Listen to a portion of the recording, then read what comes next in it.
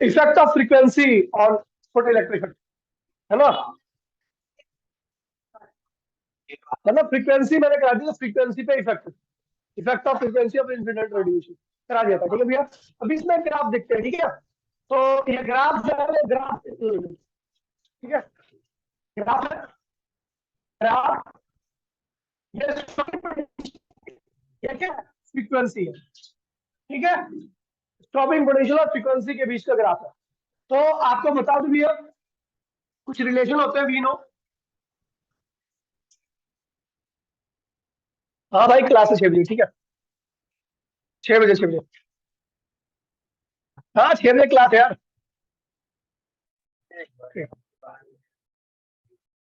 ठीक है। तो आपको पता है भैया, ग्राफ जो ये करना है ग्राफ, ठीक है, ये जो टॉपिक है लास्ट टॉपिक, ठीक है। तो अपने को पता है भैया कि अगर आप देखोगे तो एनर्जी क्या होता है, एच न्यू होता है, यानी एनर्जी इज डायरेक्टली उल्टी क्या होता है भैया, न्यू होता है। और एनर्जी क्या होता है, आपको याद होगा, ईवी के बराबर भी होता है। तो हमने क्या किया, ये फर्स्ट इक्वेशन थी, और ये क्या है भैया, सेकंड इक्वेशन है। तो from first and second equation, ये बताओ, ठीक है। From first and second equation, तो आप देख रहे हो ईवी बराबर में क्या हुआ, एच न्यू हो गया, है ना।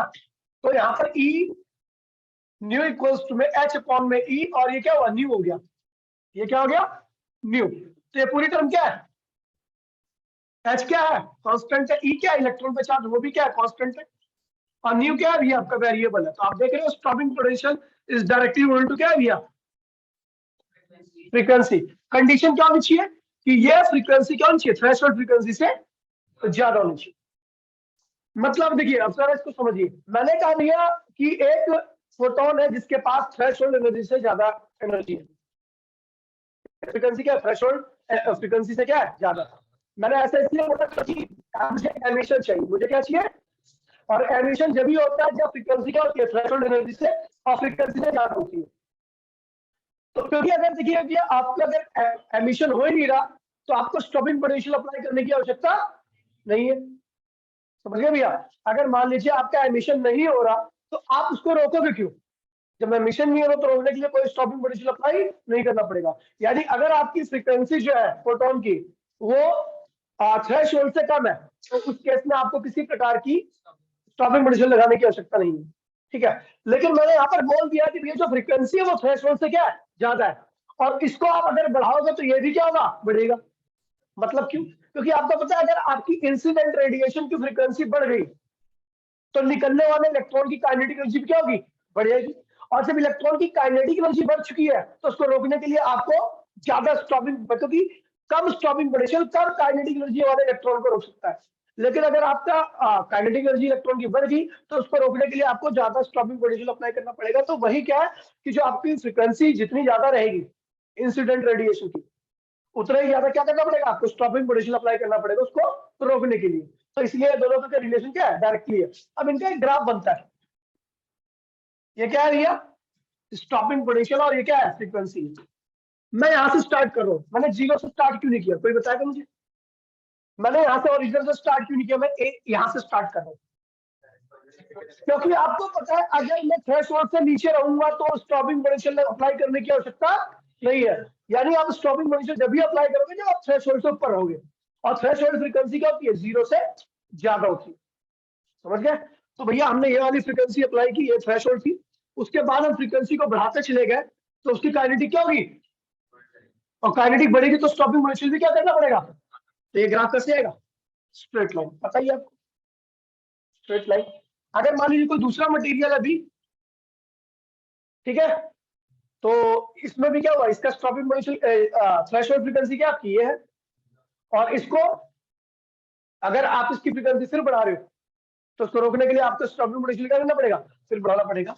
और आप यहाँ पे अभी देख रहे हो कि दोनों ग्राफ क्या एक दूसरे के पैरेलल है, क्या है, मतलब इसका स्लोप और इसका स्लोप, दोनों का स्लोप क्या है, आइडेंटिकल है। खैर ये चीज आप आगे पढ़ोगे कि आप देखोगे कि जब आप बात करते हो इसकी स्लोप की, ठीक है, तो उसमें कितने भी ग्राफ खींच लो, स्टॉपिंग पोटेंशियल और फ्रीक्वेंसी के बीच का कितने भी मटेरियल में ग्राफ खींच लो, वो हमेशा क्या दूसरे के पैरेलल ही रहेंगे। ये आप आगे देखोगे, ठीक है। अभी तो आप यहाँ पे रेस्ट लो, कि ये दोनों भी एक दूसरे के पैरेलल है। अच्छा, इन दोनों में से स्टॉपिंग थ्रेशोल्ड फ्रीक्वेंसी किसकी ज्यादा है, ए की या बी की? बी की। क्योंकि बी ज्यादा दूरी पे निकल रहा है, बी को निकालने के लिए मुझे ज्यादा फ्रीक्वेंसी अप्लाई करनी पड़ रही है, तो इसका मतलब इसका थ्रेशोल्ड फ्रीक्वेंसी क्या है इसकी ज्यादा है, और ए की क्या है कम है। समझ गए? और इधर आऊंगा तो और कम हो जाएगी। समझ गए? जीरो कभी किसी का थ्रेशोल्ड फ्रीक्वेंसी हो ही नहीं सकती। समझ गए भैया? तो जो स्टॉपिंग पोटेंशियल आप अप्लाई करते हो वो जब भी करते हो जब इलेक्ट्रॉन निकलता है और चलता है, निकलता है और चलता है। तो निकलेगा तब जब आप फ्रीक्वेंसी कितनी अप्लाई कर रहे हो, जब थ्रेशोल्ड से ऊपर की फ्रीक्वेंसी। तो इसीलिए आप कभी जीरो से स्टार्ट नहीं करोगे, इस ग्राफ को ऐसे स्टार्ट करोगे। तो ये कॉपी कर लेंगे जल्दी से।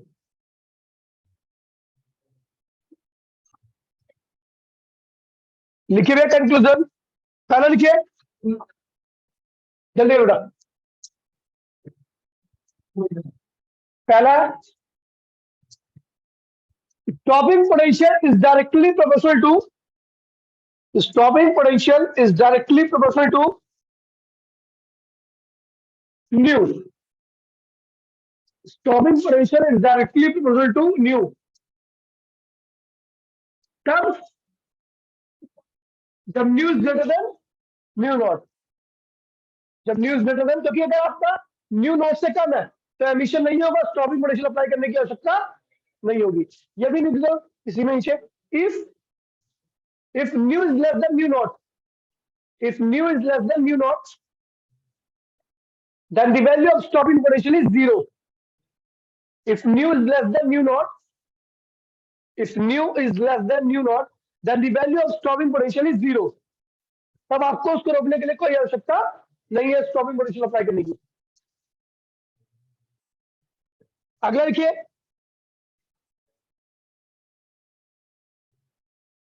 अगला लिखिए, for two different material metal A and B, for two different metal A and B, for two different metal A and B, these graphs are parallel straight lines. These graphs are parallel straight lines.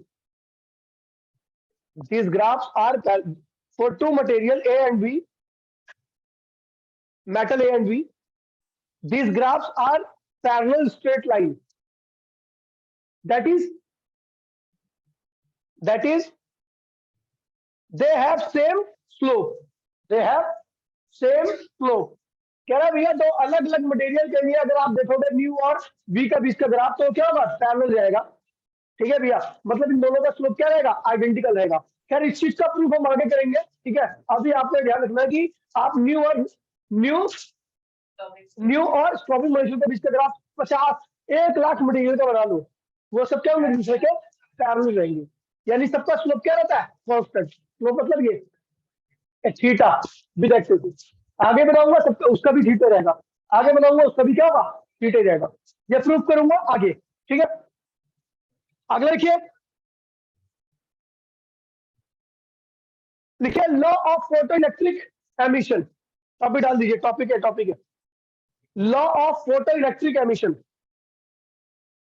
Law of photo electric emission, law of photo electric emission. ठीक है, first law लिखिए, पहला law, आपको पता है intensity बढ़ाने से photo current क्या होता है, क्यों? इंटेंसिटी बढ़ाने से फोटोन की संख्या बढ़ी, इलेक्ट्रॉन की संख्या बढ़ी। कैथोड से एनोड जाने वाले इलेक्ट्रॉन की संख्या जैसे ही बढ़ती है वैसे ही फोटो करंट क्या होता है, बढ़ता है। लेकिन ये बढ़ता क्या होता है, सैचुरेशन करंट तक। क्या था, सैचुरेशन करंट तक। उसके बाद बढ़ना क्या होता है, बंद हो जाता है। उसके बाद बढ़ना बंद हो जाता है। लेकिन कंडीशन क्या है कि frequency of incident radiation should be greater than threshold frequency, क्योंकि तभी ये सब हो पाएगा, वरना तो पॉसिबिलिटी नहीं है, इलेक्ट्रॉन निकल ही नहीं पाएंगे। इंटेंसिटी कितनी बढ़ा लो फायदा ही नहीं है, क्योंकि एमिशन नहीं है। आ जाए यहाँ पे, आ जाए विशाल, आ जा बेटे, चौधरी है यार, तू भी आ जा। हाँ हाँ। हाँ भाई आ जा, जल्दी आ जा, टाइम टाइम ये भाई, आ जा। बस बस आ जाओ,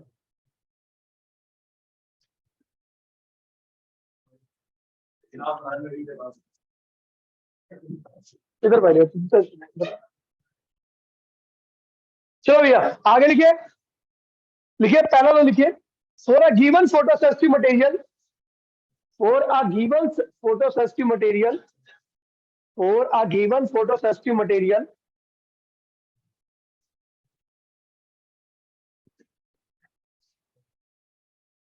for a given photosensitive material, the photoelectric current is directly proportional to, for a given photosensitive material, the photoelectric current is directly proportional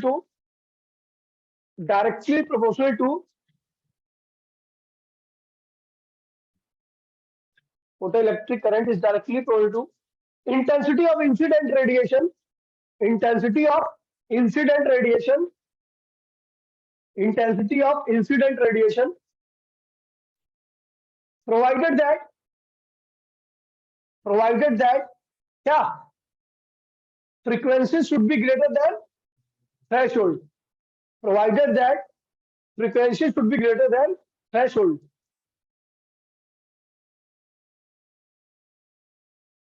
Frequency should be greater than threshold. समझ आ गया? कह रहा है भैया जो फोटो करंट होगा वो किस पे डिपेंड करेगा? इंटेंसिटी पे। तब जब आपकी फ्रीक्वेंसी क्या होनी चाहिए? थ्रेशोल्ड से ज्यादा। सेकंड में लिखिए, सेकंड में लिखिए,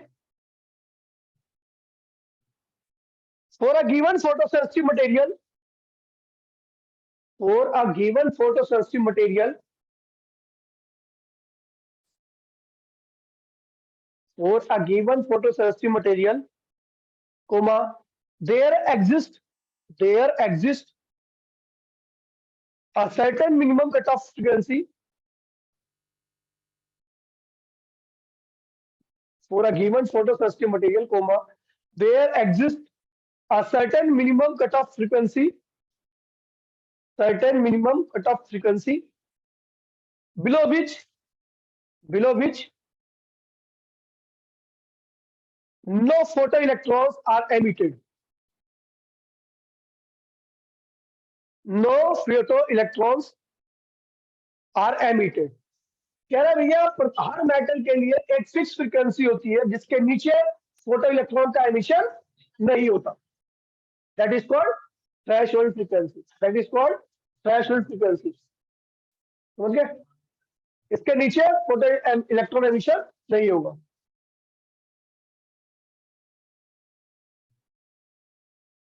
अब देखिए भैया, मान लीजिए एक फोटोन आ रहा है जिसके पास एनर्जी क्या है? 50 जूल। क्या है? और जो इलेक्ट्रॉन है उसकी जो वर्क फंक्शन है उसका है 10 जूल। क्या है? निकालने के लिए चाहिए 10 जूल और ला कितना ला अपने साथ एनर्जी हो? 50 जूल। तो गिरेगी और 10 जूल खर्च जाएगी कहां पे? निकालने में। बाकी बची हुई 40 जूल क्या करेगा? चलेगा। उसको लेकर के क्या करेगा? चलेगा। मतलब वो 40 जूल किसमें कन्वर्ट होगी? काइनेटिक में। किसमें कन्वर्ट होगी? तो ध्यान रखना कि जो भी एनर्जी होती है उसका एक पार्ट क्या होता है? कुछ पार्ट क्या होता है? निकालने के लिए खर्च हो जाता है और बाकी बचा हुआ पार्ट किसमें खर्च होता है? चलाने में, काइनेटिक एनर्जी में। ठीक है?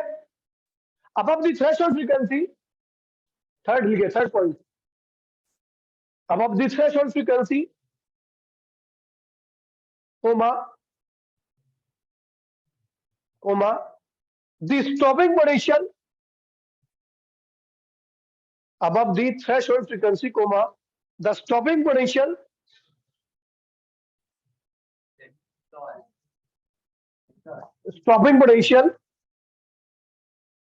is directly proportional to,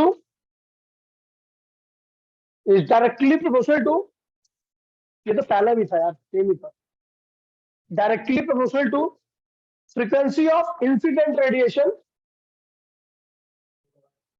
is directly proportional to frequency of incident radiation,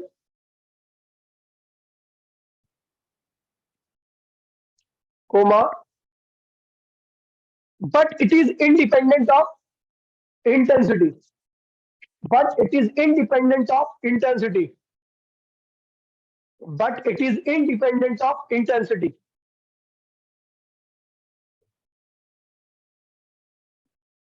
अब देखिए भैया, कह रहा है कि भैया ये जो फोटोन आता है सरफेस से टकराता है और इलेक्ट्रॉन निकलता है, फोटोन के टकराने और इलेक्ट्रॉन के निकलने के बीच का टाइम क्या होता है, ना के बराबर होता है। जैसे ही फोटोन टकराए वैसे क्या होता है, इलेक्ट्रॉन निकल जाता है। तो ये क्या है भैया, इंस्टेंटेनियस प्रोसेस माना जाता है। क्या होता है? तो फोटो इलेक्ट्रिक इफेक्ट क्या है भैया आपका, इंस्टेंटेनियस प्रोसेस। और यहाँ पे जो टाइम लगता है फोटोन गिरने में और इलेक्ट्रॉन निकलने में, वो 10⁻⁹ सेकंड से भी कम होता है।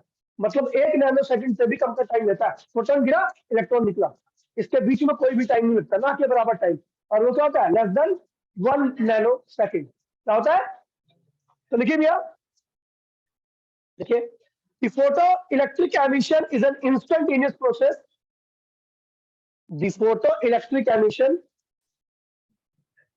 the photoelectric emission is an instantaneous process.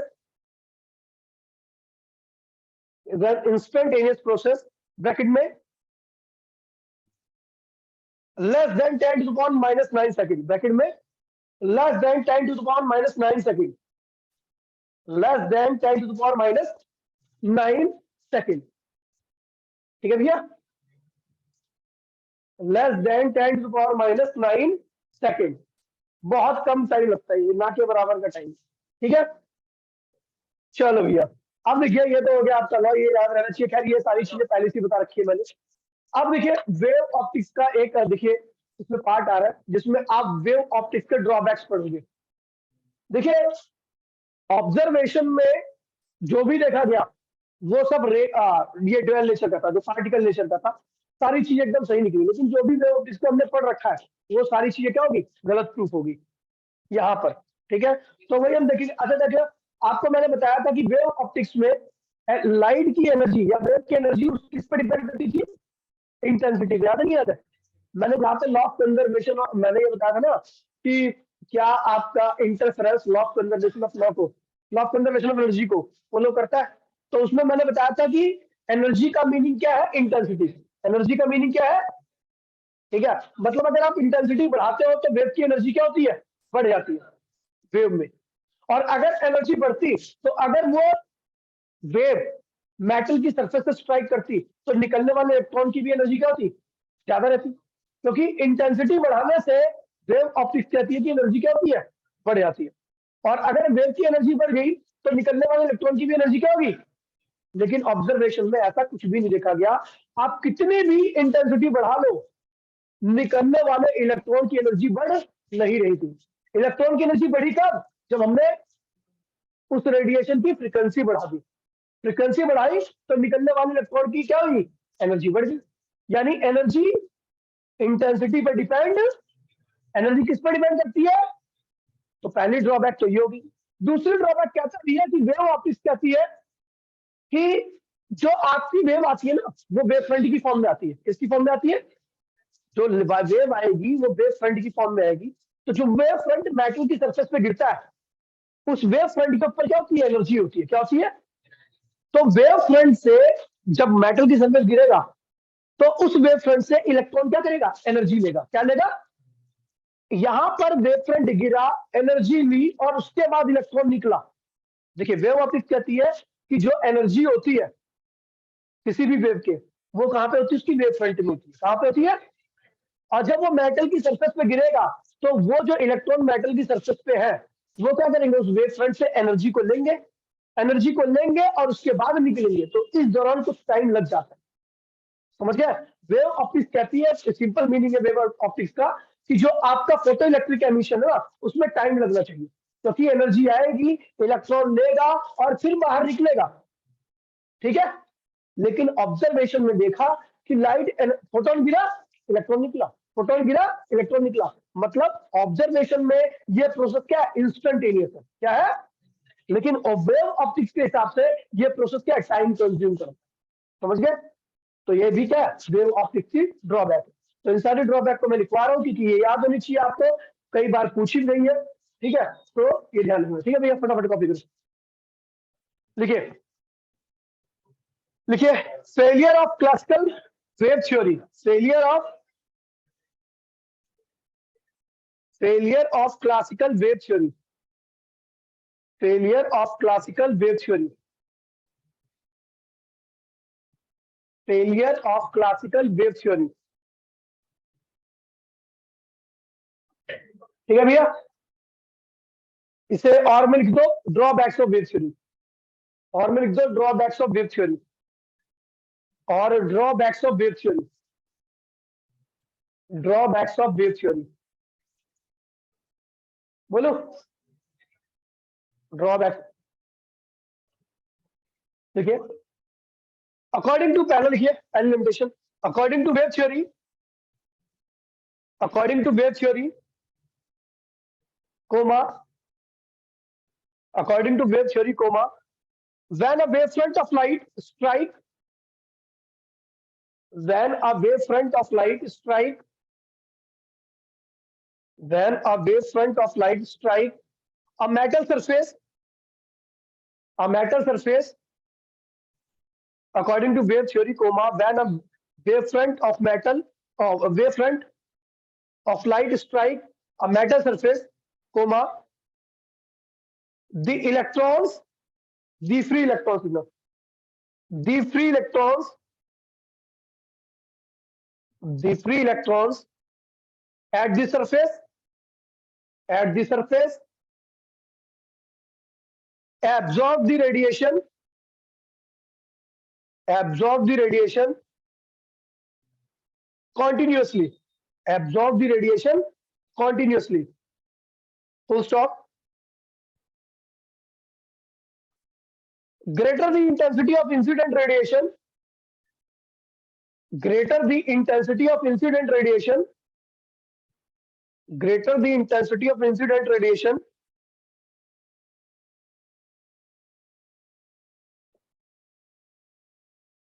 greater the intensity of incident radiation, comma, greater are the amplitudes, greater are the amplitudes of the electric and magnetic field, greater are the amplitudes of electric and magnetic fields, comma, electric and magnetic fields, comma, and greater is the energy density of the wave, and greater is the energy density of the wave, full stop. Greater are the amplitudes of electric and magnetic fields, comma, and greater is the energy density of the wave, full stop. And higher intensity, and higher intensity, and higher intensity should liberate electrons with greater kinetic energy. Higher intensity should liberate electrons with greater kinetic energy, with greater kinetic energy. But this is contrary, but this is contrary to the experiment result. But this is contrary to the experiment result. Experiment result that the maximum kinetic energy, that the maximum kinetic energy, that the maximum kinetic energy of photoelectrons, of photoelectrons does not depends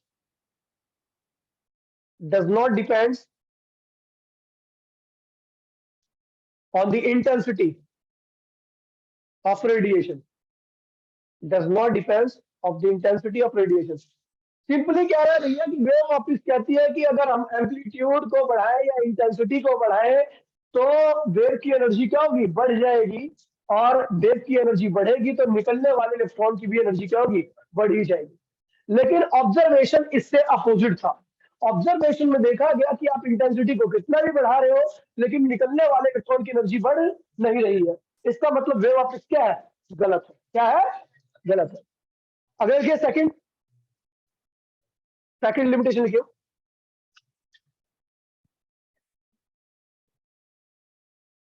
ठीक है, अब आप बताना कि ये किसकी statement होगी, wave की या पार्टिकल नेचर की। ध्यान दीजिएगा, देखिए जो मैं बोलने आ रहा हूँ ध्यान रखना, पता तेरे को। लिखिए, no matter what the frequency, no matter what the frequency, no matter what the frequency, no matter what the frequency of incident radiation, no matter what the frequency of incident radiation is, comma,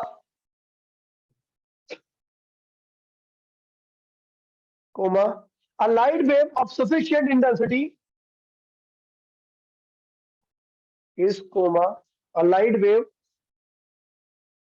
of sufficient intensity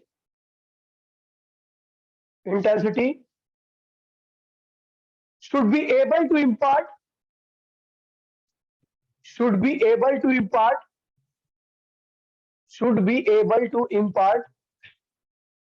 sufficient intensity, should be able to impart enough energy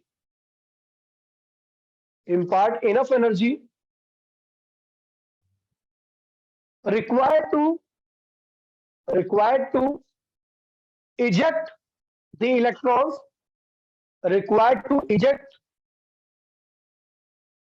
the electron from the matter surface, किसकी statement है भाई, किसकी, पता क्या कह रहा है, ये स्टेटमेंट कह रही है कि भैया कोई भी फ्रीक्वेंसी, इससे मुझे कतई मतलब नहीं है। अगर एनर्जी का इंटेंसिटी वेव की ज्यादा है तो वहां से इलेक्ट्रॉन निकलेगा ही निकलेगा। सही बात है भैया, इंटेंसिटी को तो इलेक्ट्रॉन डिपेंड ही नहीं कर रहा था, निकलना किस पर डिपेंड कर रहा था, किसकी स्टेटमेंट होगी ये, वेव की। वेव के अकॉर्डिंग में कुछ भी फ्रीक्वेंसी हो, कुछ भी ज्यादा कम कुछ भी हो, लेकिन इंटेंसिटी जरूर होनी चाहिए। ये तो बात गलत है। ऑब्जर्वेशन में हमने क्या लिखा कि भैया फ्रीक्वेंसी होनी चाहिए ज्यादा, इंटेंसिटी कुछ भी हो। लिखिए, इसके नीचे लिखिए, this the wave theory for, क्या लिखा, हाँ, जस्ट द वेव थ्योरी, हाँ उसी फुल स्टॉप आगे लिखना, does the wave theory fails to explain existence of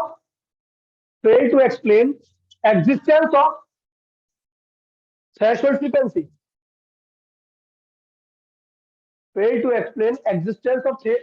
threshold frequency। कैसे इरफान बताओ भाई, कैसे फेल होगी इसमें, हाँ बोल।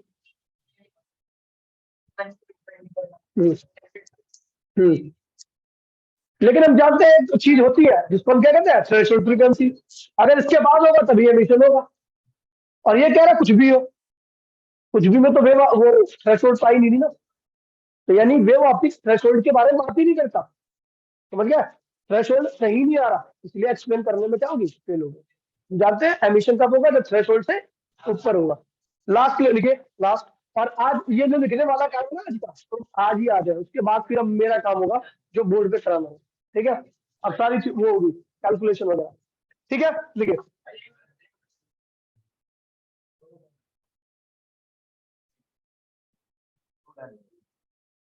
अंबानी अकेला है, एलोन मस्क भी अकेला है, और विशाल चौधरी भी अकेला है।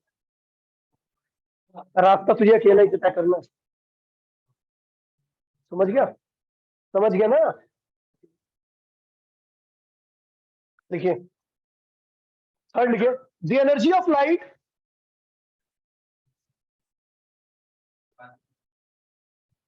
The energy of light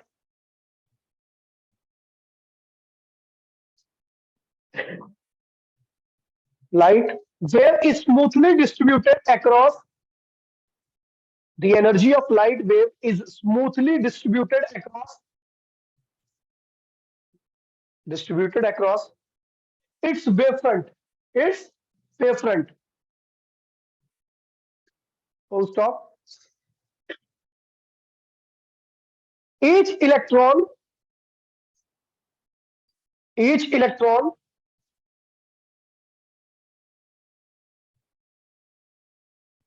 each electron intercepts and insignificantly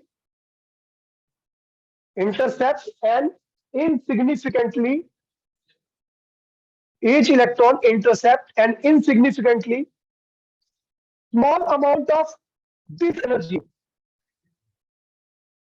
each distributed across its wavefront. Each electron intercept an insignificantly small amount of this energy, small amount of this energy,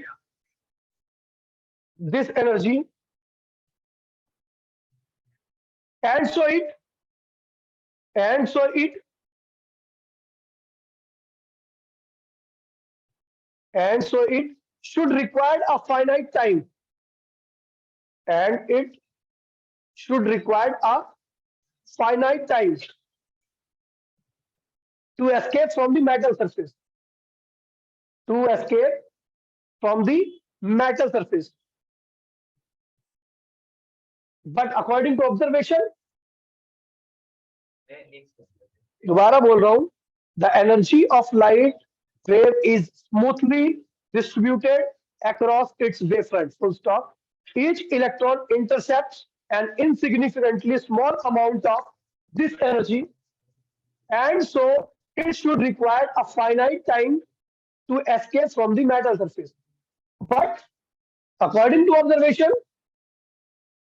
to observation, photoelectric effect is an instantaneous process. Photoelectric effect is an instantaneous process. देखिए भैया क्या कह रहा है, इसका मतलब समझिए, कह रहा है भैया कि जो लाइट की एनर्जी होती है उसके वेव फ्रंट में क्या होती है, यूनिफॉर्मली डिस्ट्रीब्यूटेड होती है. जब वो वेव फ्रंट मेटल की सरफेस पे आके गिरता है तो वहां से उस वेव फ्रंट से इलेक्ट्रॉन्स क्या होते हैं, जो सरफेस पे प्रेजेंट रहते हैं, वो एनर्जी को क्या करते हैं, एब्जॉर्ब करते हैं. और जैसे ही ऑब्जर्व करेंगे तो जब उनके पास उतनी एनर्जी हो जाएगी जिनसे वो निकल जाए, तो वो क्या होते हैं, मेटल की सरफेस को छोड़ के बाहर निकल जाते हैं.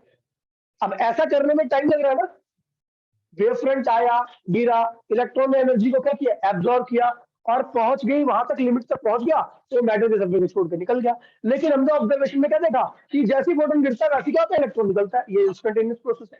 लेकिन वेव के अकॉर्डिंग में क्या भैया, लेंथी प्रोसेस है. क्या है, लेंथी प्रोसेस है. ठीक है भैया. लेकिन ऑब्जर्वेशन के अकॉर्डिंग में ये क्या है, इंस्टेंटेनियस प्रोसेस. तो ये सारी ड्रॉबैक्स थी जो आपको याद रखनी है. कई बार पूछी जाती है, कई बार नहीं भी पूछी जाती है, लेकिन आपको याद रहनी चाहिए. ठीक है भैया.